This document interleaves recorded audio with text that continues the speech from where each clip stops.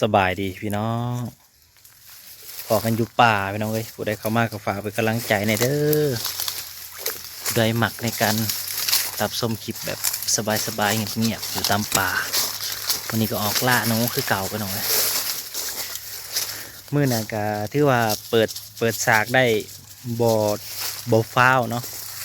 ถือว่าได้เก็บแต้มไปตัวหนึ่งมื้อนี้มาใหม่พี่น้องเอ้ยมาคนเดียวแต่ว่ากลับมา3 ตัวมาล่าหนูพี่น้องเอ้ยกลับไม่อยู่7 หลังหนึ่งดอกมื่อไหร่กับม้านตัวหนึ่งเทิกใหญ่ทองขาวเนาะหนูทองขาวหนูบานเฮาเนาะหนูทองขาวเนาะวันนี้ก็มาเบิ่งบองเก่านั่นแหละว่าเขาใส่ไว้ว่ามันมากินบ่ว่าบอลได้ที่มันเคยกินมันก็จะมากินตลอดนะลองเบิ่งบอลแรกก็ใส่ล้างแรกเลยโอ้โหมันจริงหนูมียังบ่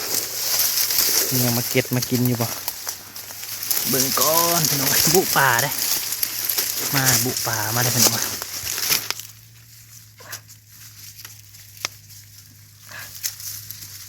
บอลนี่บ่มีหนูไปหรอกบอลผ่านไปบ่มีหนู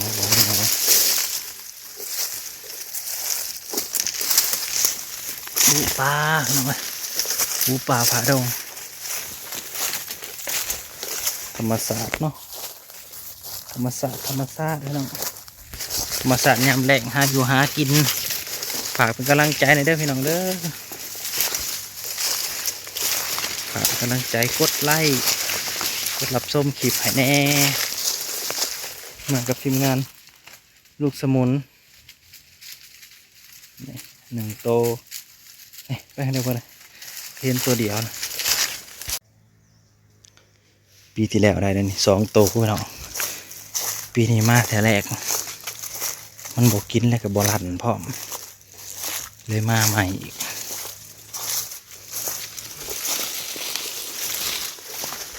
มาใหม่มาเบิ่งใหม่ไปหน่อย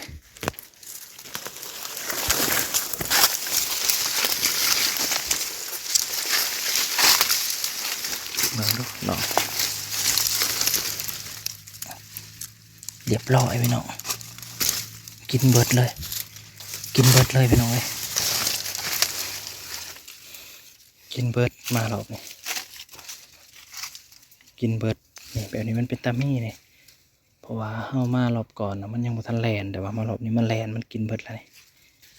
มีวางไปน้องเดี๋ยวใส่ซะก่อนเรื่องการใส่กั๊บมันก็มีสูตรใส่สูตรมันนะพี่น้องแต่ว่าต้องห่างมินนะคันบ่มินบ่ได้กิน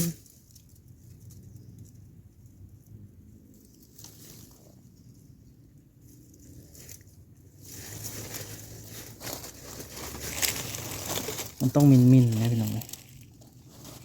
ห่างเลยว่ามาซูนเลยมันหลั่นเลยเขามาแล้วต้องหลั่นเลย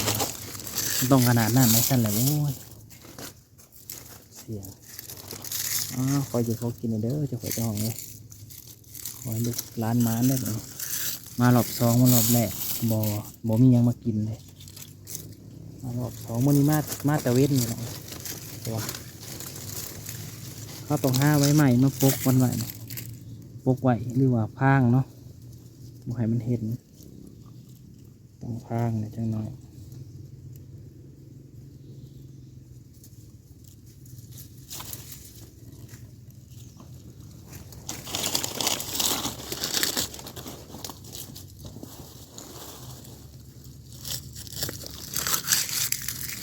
หนูนี่เป็นหนูใหญ่อยู่ขนาดเพราะมันเก็ดเขาสลัดหนูน้อยนี่มันจะเก็ดเขาหมุนเลยหนูใหญ่มันจะเก็ดเขายังได้เป็นเม็ดที่เก่าเก็ดเขาเป็นหนูใหญ่นะ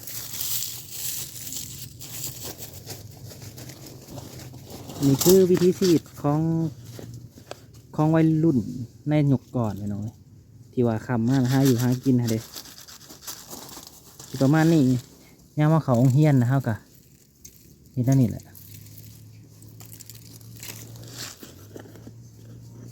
ยังเป็นวัยรุ่นนะ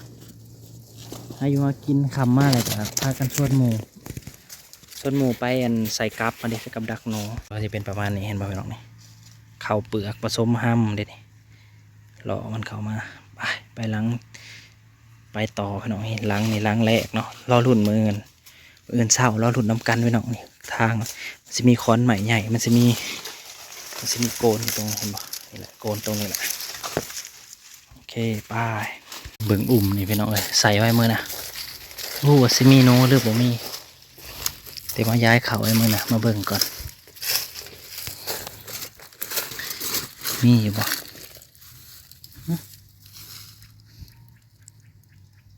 บ่มีหนูบ่มีพี่น้องบ่มีก็คือไปต่อมีมาแต่เว้นเผื่อว่าห้ามองใส่ห้าบอลใส่ที่มันขักเนี่ยเพราะว่าขึ้นลงหวยแล้วก็จะขึ้นโขกอีกโขกห้าใส่ตำอุ่มปลาหรือแมว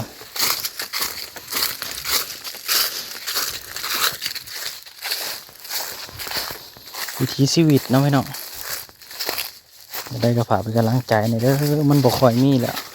แค่เขียเท่านะมาถ่ายทอดให้เบิ่งแบบนี้นะอันนี้มันคือชีวิตจริงนะพี่น้องชีวิตจริงมันโบแมนการสร้างคอนเทนต์หรืออีกอย่าง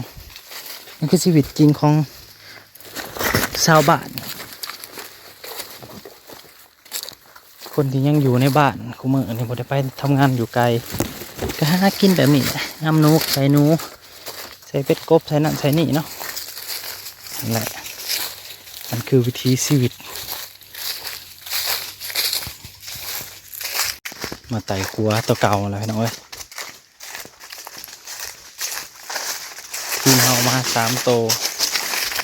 ไต่ขัวคือเก่าขาใบผักปุ่นอะตกสนอไปคิดพิธีคิดถือว่าเอาม้ามาให้หนูสิออกกี่บ่นั่นคือกินม้าส่งเสียงออกกี่บ่ล่ะโอ้สะพานไม้ไผ่อยู่น้อยตื่นเนี่ยจักน้อยแล้วสะพานไผ่เขาเริ่มผุพังเนี่ยแหละ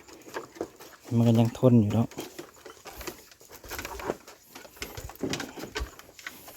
พังแล้วไม้ไผ่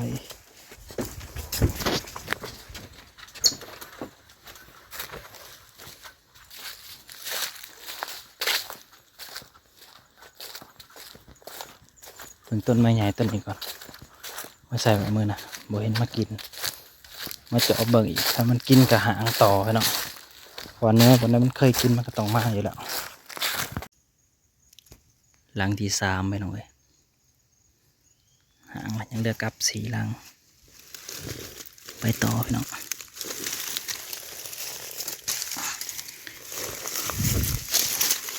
มือน่ะมานบอลนี่แหละมือนั่นนะมาเบิ่งเขามันก็เบิดอีกต้องใส่ย่างอยู่เลยดักเข้าไปอีกพี่น้องเลยตามเสียงคนย่างรู้สึกว่าเสียงคนย่างขนาดขวกมาเห่าสนั่นหาใส่กับเนื้อคือกันฮะ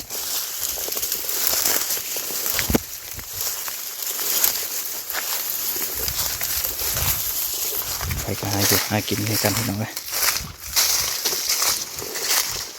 มันเว้นเนี่ย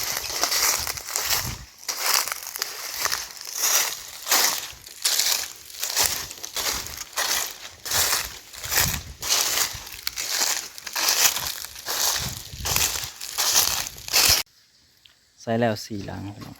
กับกองครัวกับปิตายันฮักปาดเสียวขนาดเลยครัวไม้ไฟ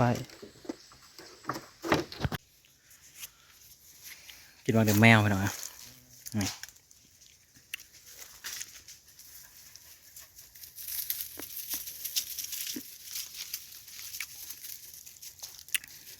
บอกเรื่องบางคนกับอายไปหน่อยอายยังอายในการใช้ชีวิตของเจ้าของ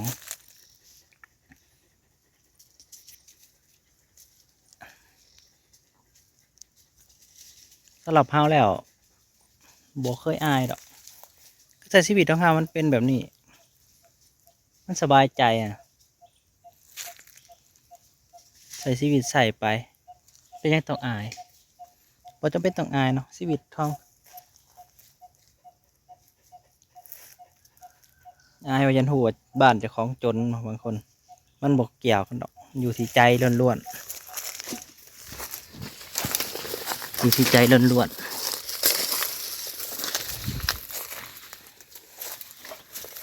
ยอมรับดีดีกว่าว่ะ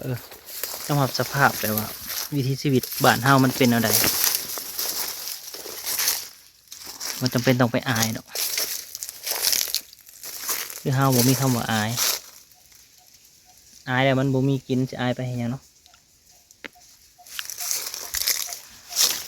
จะถ่ายทอดให้เบิ่งแบบนี้หมักเลยแมวตัวนี้แสบ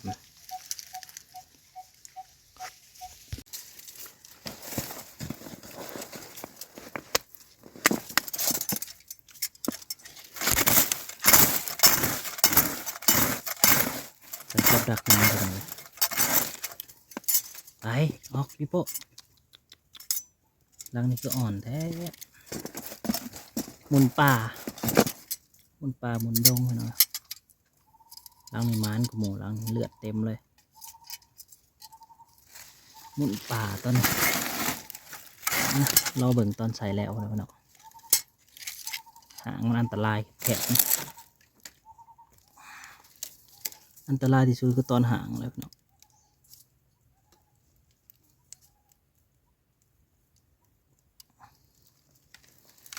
แตกกุ้มแล้วมันเห็นอันตรายขนาดนี้นะหางกันห่างกันนะพวกนั้นโบราณสงสัยอยู่ผุ่มนี่มันเป็นผุ่มหมักเลยแมวไปหน่อยสงสัยมีอยู่หนูนี่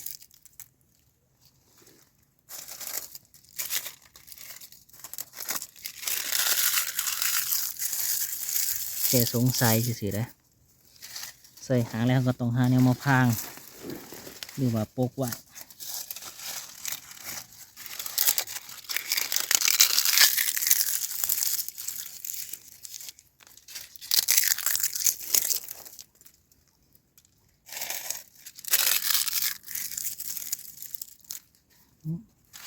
หมุนปลาหมุนดงกระจ้ามันพี่น้อง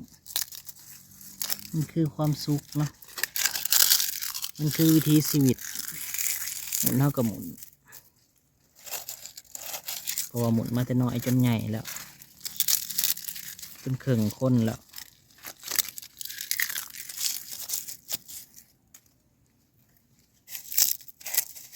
ใส่กับดัก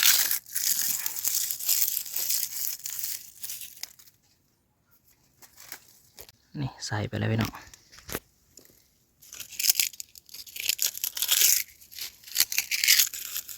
มันบองหมุนกับหมุนเลยบองหมุนกับก็ได้เลยต้องหมุนแต่3 โมงพี่น้องเลยยังบ่ทันเมื่อมาใส่อีกบ่นี่เห็นแต่หอยมันกินหมากกระบอกนี่ปลามันกัดจนมีรุ่นอยู่พี่น้องหลังนี่ก็มีของหอยมันกัดหมากกระบอกเรือหลัง1เรือหลังสุดท้ายบนนี้ก็มันลงอยู่คนกินเป็นผุ่มใหญ่เลยนี่หมักเลยแม่ของผมนี่เป็นผุ่มใหญ่ไปต่อเนาะไปต่อเดี๋ยวมาหอดกระคำไปแล้วหาอยู่หากินพี่น้องคนบ่หากับบริกินนี่ก็ขอบหัวเขาเจาะอยู่กลางป่าแต่ขอบหัวเขาเจาะยามแรงเขาเจามาเอาเฟืองมาไว้นี้พยายามพลเขาจะเอาหัวมาผูกอยู่นี่กินเฟืองอยู่นี้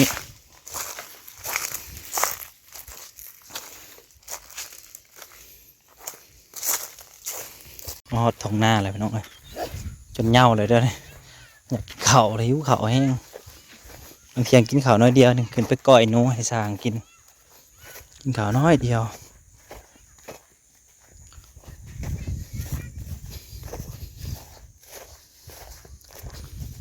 อย่างว่าจะหอดเฮือนที่บ้านขอบคุณทุกๆกำลังใจด้วยพี่น้องเดี๋ยวมื้ออื่นจังไปลุ้นน้ำกันว่าสิได้บ่ได้ติดตามไปลุ้นน้ำกันมื้ออื่นตอนเช้าไปแล้วเนาะตอนเช้า